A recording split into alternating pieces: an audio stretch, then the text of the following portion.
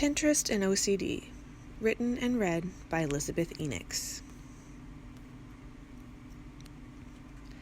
One of the simple pleasures of my 30s has been taking lavender-scented Epsom salt baths while listening to jazz and scrolling Pinterest. Before I started taking medication, I relied heavily on the ritual to ease my chronic pain and anxiety. During the COVID-19 pandemic, the baths were a soothing balm for loneliness and existential dread.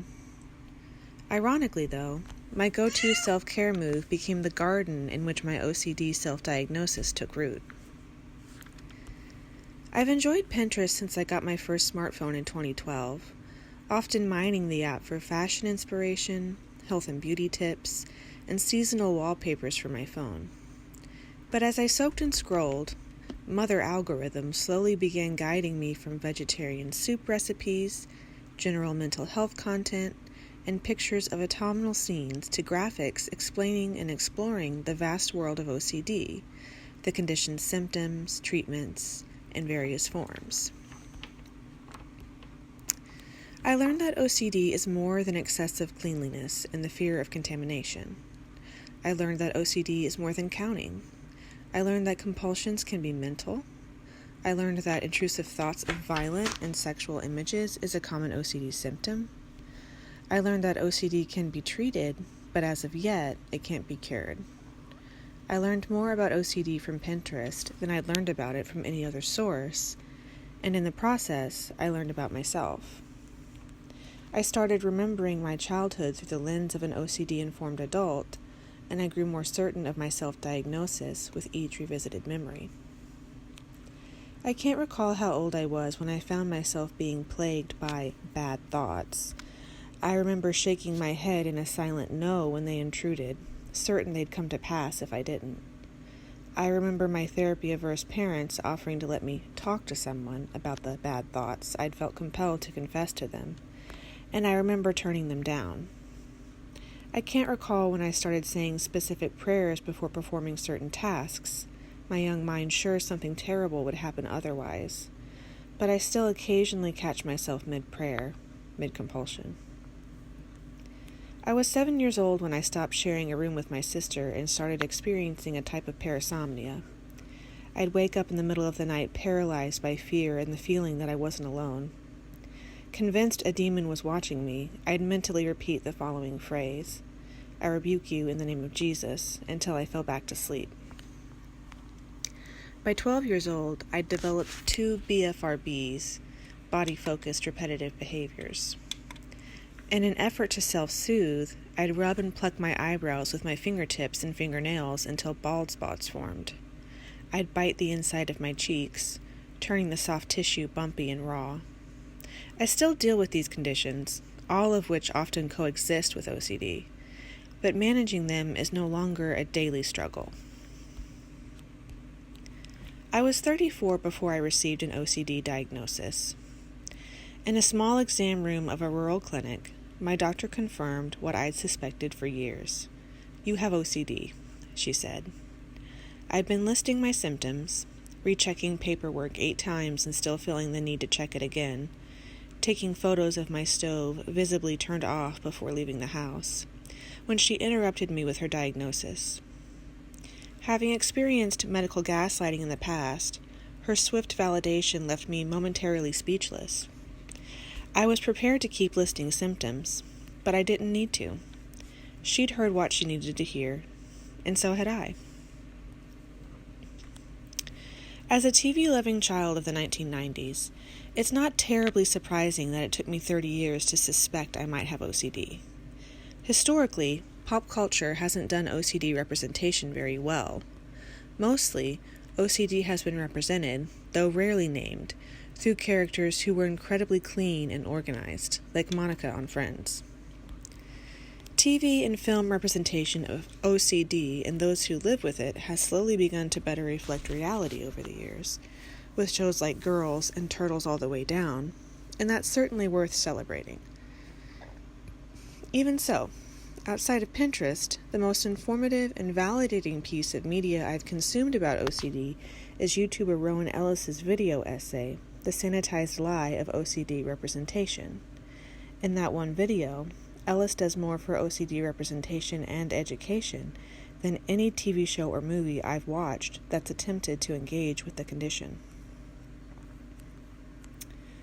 Hollywood's failings regarding OCD representation are, in a way, understandable. Talking and learning about mental health hasn't been popularized in mainstream media or most social circles for very long.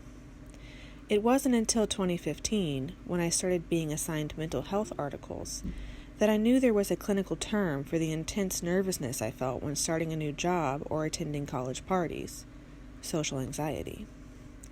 It was around this time when I discovered depression can look like laziness, anxiety can cause irritability, and difficulty concentrating is a symptom of PTSD.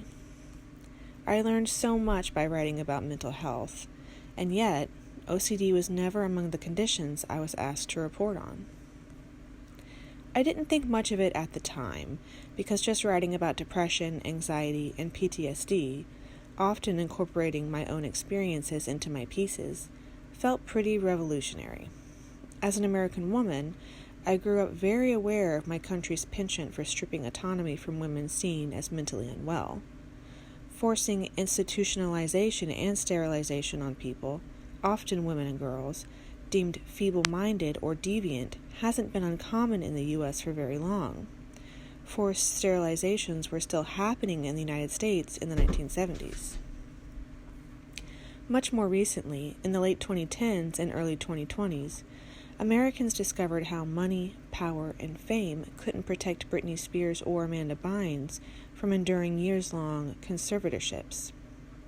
When I was struggling with suicidal ideation in my early 30s, I didn't tell a soul until after the thoughts had long passed, because my fear of being involuntarily institutionalized, of losing my agency, outweighed any fear I had of dying by my own hands. Although it may have been only subconsciously, I suspect fear of institutionalization is at least one of the reasons I turned down the opportunity to talk to someone as a child. Perhaps unsurprisingly, the fear of wrongful imprisonment is one of the OCD obsessions I've dealt with as an adult. I know it's illogical. I've never committed a crime, and I never intend to. I'm a law-abiding taxpayer. I've never even shoplifted. Still, I've always worried about getting in trouble. I've always worried about losing my agency. For most of my childhood, this looked like the fear of eternal damnation. For a portion of my adulthood, this has looked like the fear of wrongful imprisonment. While the most distressing manifestations of my childhood OCD were inspired by religion, as an adult, they've been inspired by law. Sadly, being an informed American means never fully trusting your government, so fear of wrongful conviction and wrongful imprisonment isn't totally unreasonable. America loves putting people, increasingly women, and especially women of color, in prison. As of this writing, there are states, including my home state of Missouri, where physicians can be prosecuted for providing abortions. There are states where parents can be prosecuted for providing their children with gender-affirming health care. In my home state, drivers can be jailed for up to a year for littering. In 2019, a Florida man was arrested for displaying an "I eat ass" bumper sticker on his truck. Historically, Americans have been arrested for everything from participating in suffrage protests to cross-dressing. Indeed, it's not surprising that my OCD obsession with wrongful conviction and imprisonment seems completely understandable to most of the loved ones I choose to share it with. Once, between puffs of a legally obtained hemp joint, my cousin replied to my revelation, "You're an American. It's not crazy to worry about that." What I suspect my friends and family might find crazy is how this particular obsession has impacted my daily life in the past. Before I started taking medication, I'd stop watching shows if a character was required to appear in court or spend a night in jail. I was afraid to check my mail, worried I'd see a subpoena with my name on it when I opened the mailbox. I'd hear a police siren in the distance and fear the cops were coming to take me away. More than once, I had to reassure myself that I didn't block out committing a hit and run during my commute. I'm thankful medication has made my obsession with wrongful conviction and imprisonment smaller and weaker than it used to be. I'm hopeful it will eventually dissolve entirely, like so many of my religion-inspired obsessions and compulsions did as I exited my fundamentalist Christian childhood. Only further research will tell why OCD exists and how it develops. Currently, it seems OCD requires the perfect cocktail of genetics and environmental factors to make itself known. While studies have found that OCD runs in families, they've also found possessing the genetics for OCD doesn't necessarily mean a person will develop the condition. In fact, some research suggests experiencing severe stresses, such as abuse, can cause OCD to form in individuals who, despite their genetic predisposition to the disorder, might never have dealt with OCD if they hadn't been abused.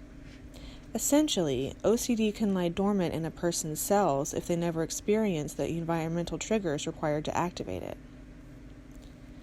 I've been abused. I also have good reason to believe OCD runs in my family. My genetics, my trauma, and my diagnosis are inextricably linked.